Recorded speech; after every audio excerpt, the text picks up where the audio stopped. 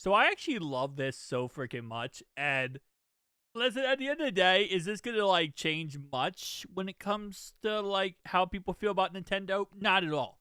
Not at all. If you hate Nintendo, you're gonna hate Nintendo. It doesn't matter. Me personally, I'm not too much of a fan of Nintendo, but I can also look at things without like just hating on to hate.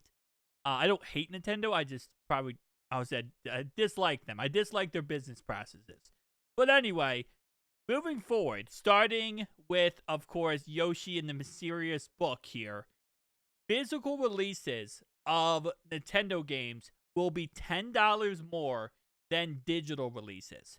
Or you could look at it as $10 less because the physical release of this game is $69.99, which, if you play the Switch 2, you know is pretty much the guaranteed price you're going to have to pay for any Switch 2 game.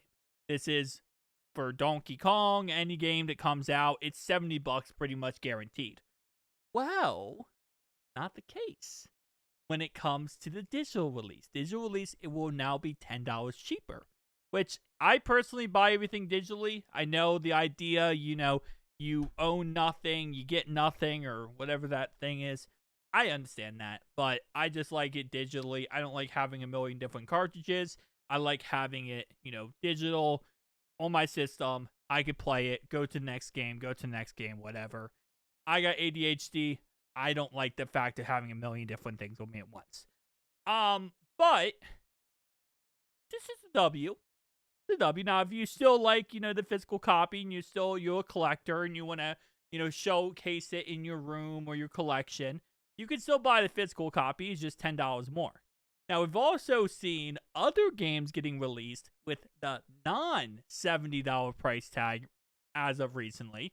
And that's because it seems like more developers are getting some dev kits, which is awesome because this is something where Nintendo really did not give that many developers dev kits when the Switch 2 first came out. While you saw some games got Switch 2 ports, some games looked good, other games did not because they didn't have the ability to get dev kits to work on it with the Switch 2. Other news, Madden, you do play Madden 26, Madden 26 on Switch 2, it now has a performance mode. So it can now go up to 40 FPS. So obviously the big issue with it for a lot of people was that it can only go up to 30 FPS, and that was like pretty much the set FPS counter for the whole entire game. It can now go up to 40 FPS. Now this is with the ability of using boost mode. Big factor here. And also it looks a lot worse when you go to 40 FPS over 30 FPS for whatever reason. MLB The Show 26 also came out. That bad boy runs at a solid 10 to 30 FPS. It is atrocious. Now, on MLB The Show 25, it actually was really, really good. It ran at a constant 60 FPS on the Switch 2, so I'm not sure why the Switch MLB The Show 26 is running at 10 to 30 FPS.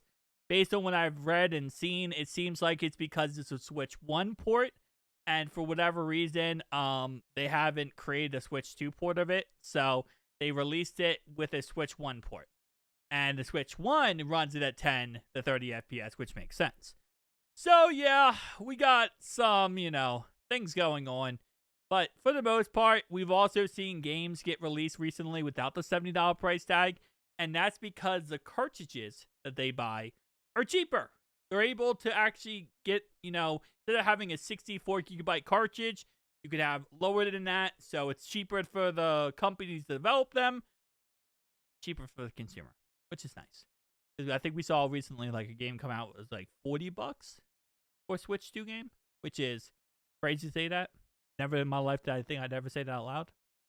So, across the board, man, Nintendo's doing Nintendo things, but it's still a complete W. It's still a W whenever we can lower the price tag of any of these games because they're getting ridiculous. $70 for a video game is, come on, man. Come on. GTA 6 is about to be like $200. Peace out, guys.